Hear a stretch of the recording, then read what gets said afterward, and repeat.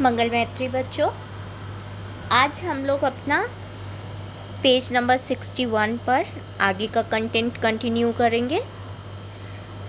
आज हमारा टॉपिक है स्कूलिंग एंड एजुकेशन टुडे, कि जो हमारी स्कूलिंग है और जो हमारी एजुकेशन है वो कैसी है। तो यहाँ पर बताया है हमें कि today both boys and girls attend school in large numbers. अब आजकल हम क्या देखते हैं कि जो लड़के और लड़कियां हैं वो काफ़ी मात्रा में स्कूल अटेंड कर रहे हैं, यानी कि अब बहुत बच्चे जो हैं वो स्कूल पढ़ने के लिए जाते हैं। Yet as we will see, ऐसा ही हम देखते रहेंगे, there still remain differences between the education of boys and girls. लेकिन उसी के ही साथ साथ हम क्या देखते हैं कि एक डिफरेंस भी है लड़के और लड़कियों की एजुकेशन में। India has a census every 10 years. हर 10 साल के बाद जो है भारत में सेंसस होता है। सेंसस क्या होता है? सेंसस बोलते हैं हम, ये हमारा एक मेथड होता है जिसमें हम जो हमारी कंट्री है हम उसकी पॉपुलेशन को काउंट करते हैं, ठीक है ना। हम अब आपकी इंडिया की पॉपुलेशन कितनी है ये आपको कैसे पता चलेगा? तो ये हमें पता चलता है हमारे सेंसस मेथड के थ्रू, जो कि हर 10 साल के बाद होता है, ठीक है। तो सेंसस मेथड क्या है? It is a method which counts the whole population of the country. It also gathers detailed information about the people living in India, their age, schooling, what work they do and so on. तो ये जो हमारी population होती है या ये जो counting होती है, इसमें क्या पता किया जाता है कि जो लोग यहाँ पर रह रहे हैं भारत में, उनकी एज क्या है, वो एजुकेटेड हैं या अनएजुकेटेड हैं, एम्प्लॉयड हैं, अनएम्प्लॉयड हैं, या उसमें हमारी मेल ज़्यादा है, फीमेल ज़्यादा है, या बच्चे ज़्यादा हैं, या ओल्ड एज पर्सन ज़्यादा है। मतलब हमारी पॉपुलेशन से रिलेटेड जितनी भी इंफॉर्मेशन होती है वो सारी हम वहाँ से कलेक्ट की जाती है, ठीक है। We use this information to measure many things. ये जो हमारी इन्फॉर्मेशन हमें मिलती है इससे हम बहुत सारी चीज़ों का पता लगाते हैं। देखिए, जैसे मैंने अभी आपको बताया, like the number of literate people. Literate का मतलब होता है पढ़े लिखे, कि पढ़े लिखे लोग कितने हैं, and the ratio of main and women. और जो हमारे मेल और फीमेल यानी कि मेन और वीमेन हैं, आदमी और औरत जो हैं, उनका रेशियो कितना है। According to the 1961 census, about 40% of all boys and men were literate. 1961 में जो सेंसस हुआ उसके अकॉर्डिंग 40% ऐसे लड़के और आदमी, बॉय और मेन थे जो कि लिटरेट थे, यानी कि पढ़े हुए थे। अब लिटरेट हम किसको कहते हैं कि अगर कोई अपना नाम लिखने में भी एबल है तो हम उसको भी लिटरेट की ही कैटेगरी में काउंट करते हैं, ठीक है। Compare to just 15% of all girls and women. और जो लेडीज़ का रेशो था वो कितना था? सिर्फ 15%, यानी कि सिर्फ 15% लड़कियां और लेडीज़ ऐसी थी जो लिखने में कैपेबल थी। In the most recent census of 2001, these figures have grown to 76% for boys and men and 54% for girls and women. 2001 में जो सेंसस हुआ उसमें ये फिगर कितनी हो गई? जो बॉयज़ और मेन थे वो 76% लिटरेट थे, लेकिन गर्ल्स और वीमेन यहाँ पे भी कितनी थी?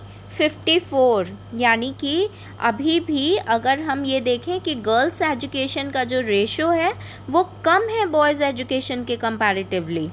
This means that the proportion of both men and women who are now able to read and have at least some amount of schooling has increased. तो ये तो हमें दिख रहा है कि यहाँ पे जो स्कूल जाने का रेशो है लेडीज़ का या लड़कियों का वो बढ़ा है, लेकिन but as you can also see the percentage of the male group is still higher than the female group. The gap has not gone away. हमें दिख रहा है ना, जो बॉयज़ हैं या जो मेल ग्रुप है वो 76% है और जो फीमेल है वो कितना है? वो 54% ही है। कितना डिफरेंस है बीच में? तो 15% था पहले, उससे 54% हुआ। तो ये तो है कि जो स्कूल गोइंग गर्ल्स हैं उनका रेशो इंक्रीज़ हुआ, लेकिन तब भी अगर हम बॉयज़ के कंपैरेटिवली देखें तो अभी भी ये हमारा कितना कम है ना? तो दोनों के बीच का गैप कितना ज़्यादा है। तो यहाँ पर अब ये है कि here is a table that shows the percentage of girls and boys who leave schools from different social groups. यहाँ पे एक टेबल हमें दिखाई गई है जिसमें ये बताया है कि जो लड़कियां और लड़कियां हैं वो लोग डिफरेंट सोशल ग्रुप्स, मतलब जो डिफरेंट कास्ट के बच्चे हैं, डिफरेंट सोशल ग्रुप के बच्चे हैं, वो कितने लड़के लड़कियां स्कूल छोड़ते हैं। Schedule caste is the official term for Dalit and schedule tribe ST is the official term for Adivasi. जो शेड्यूल कास्ट है SC, उनके लिए ऑफिशियल टर्म यूज़ किया गया, किसके लिए? जो दलित होते हैं।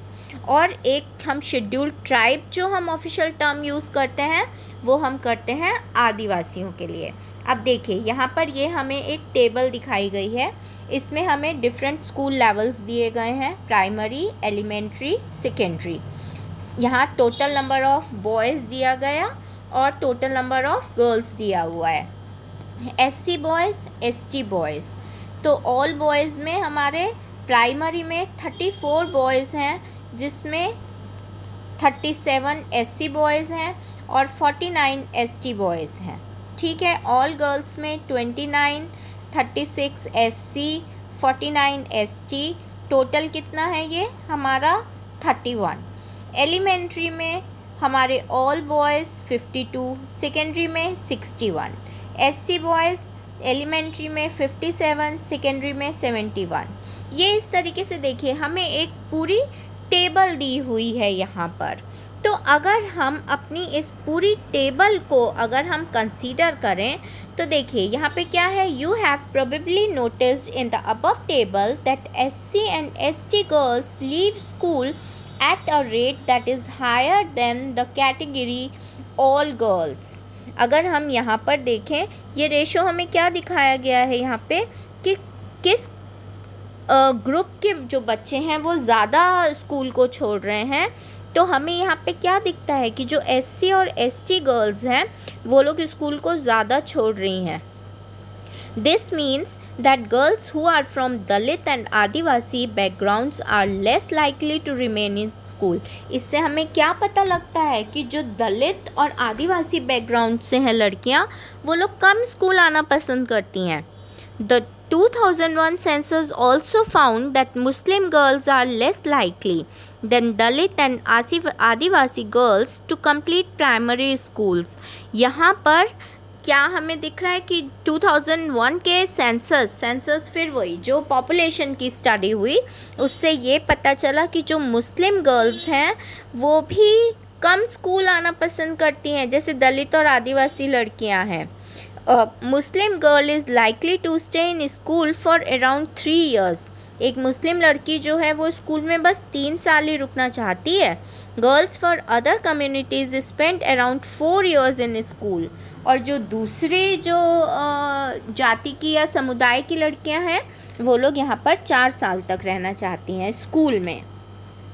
There are several reasons why children from Dalit, Adivasi and Muslim communities leave school।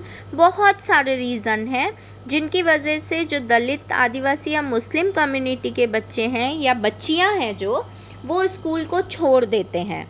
In many parts of the country, especially in rural and poor areas, there may not even be proper schools, not teachers who teach on a regular basis। क्या होता है, जो भी गांव के area हैं या जो गरीब एरिया हैं वहाँ पर ना तो प्रॉपर स्कूल्स होते हैं और ना ही उनमें पढ़ाने वाले टीचर्स होते हैं जो कि रेगुलर बेसिस पे बच्चों को पढ़ाते रहें। If a school is not close to people's home and there is no transport like buses or vans, parents may not be willing to send their girls to school। अब अगर हमारे घर के पास में कोई भी स्कूल नहीं है, बहुत दूर जाना पड़ता है, लेकिन उसके लिए ना तो कोई ट्रांसपोर्ट है, मतलब ना तो कोई स्कूल की बस है ना कोई वैन है, तो क्या होगा, पेरेंट्स जो हैं वो अपनी लड़कियों को स्कूल भेजना पसंद नहीं करेंगे कि हमारी लड़की कितनी दूर तक अकेले जाएगी, कैसे जाएगी वहाँ तक, ठीक है ना। ये सारी बातें सोच के क्या होगा कि वो उसको स्कूल भेजना बंद कर देंगे। Many families are too poor and unable to bear the cost of educating all their children. अब बहुत सारी फैमिलीज़ क्या है कि वो इतनी गरीब हैं कि वो अपने सभी बच्चों को पढ़ाने का जो खर्चा आता है वो उसको नहीं उठा सकती हैं। तो बॉयज़ में get preference in this situation. ऐसी सिचुएशन में क्या होता है कि लड़कियों को घर पे बिठा लिया जाता है लेकिन लड़कों को पढ़ाया जाता है। Many children also leave school because they are discriminated against by their teacher and classmates, just like Om Prakash Valmiki was.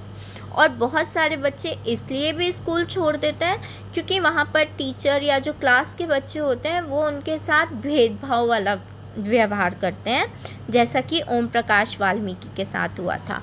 आपको याद है ना ओम प्रकाश वाल्मीकि की स्टोरी क्या थी कि वो एक दलित बच्चा था और उसके साथ में जब वो स्कूल पढ़ने के लिए जाता था तो उसको क्लासरूम में बैठने नहीं दिया जाता था, बल्कि उससे बाहर का जो प्लेग्राउंड था वो उससे साफ़ करवाया जाता था। मतलब उसके साथ में वहाँ पे डिस्क्रिमिनेटेड बिहेवियर होता था, बच्चे उसको टीज़ किया करते थे। तो इसका ये भी एक कारण है कि बच्चे जो हैं वो स्कूल छोड़ देते हैं। ठीक है बेटा, चलिए आगे का हम कल कंटिन्यू करेंगे। आज के लिए इतना ही।